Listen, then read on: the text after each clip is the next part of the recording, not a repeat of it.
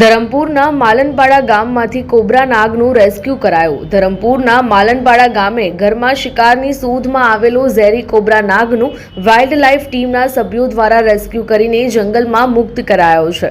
વલસાડ જિલ્લાના ધરમપુર તાલુકાના માલનપાડા ચૌધરી ફળિયામાં રહેતા જયસિંહભાઈ કાકડભાઈ ચૌધરીના ઘરે ઇન્ડિયન સ્પેક્ટિકલ કોબ્રા, જેમાં ન્યુરોટોક્સિન વેનોમસ ઝેરી કોબ્રા નાગ એક જ દિવસમાં ઉંદર દેડકાના ખોરાકની શોધમાં 3 વખત ઘરે આવ્યો હતો, જેને ઘરના સભ્યોએ જોતા ઘરના વ્યક્તિઓ ભયભીત થઈ ગયા હતા। સેવાભાવી એવા બિસ્તુભાઈએ wild life rescue trust Navsari Dharampur Kaprada વિભાગના વાઇલ્ડ લાઇફ રેસ્ક્યુઅર મુકેશભાઈ વાડને ઘરે નાગ હોવાની જાણ કરી હતી અને મુકેશભાઈ તાત્કાલિક એમની ટીમ સાથે ઘટના સ્થળે પહોંચીને કોબ્રા નાગનું સહી સલામત રીતે રેસ્ક્યુ કરીને ધરમપુર વન વિભાગને સોંપ્યો હતો। વન વિભાગની ટીમે નાગને જંગલમાં મુક્ત કર્યો હતો। તમારા ઘરે નાગ કે અજગર દેખાય તો તાત્કાલિક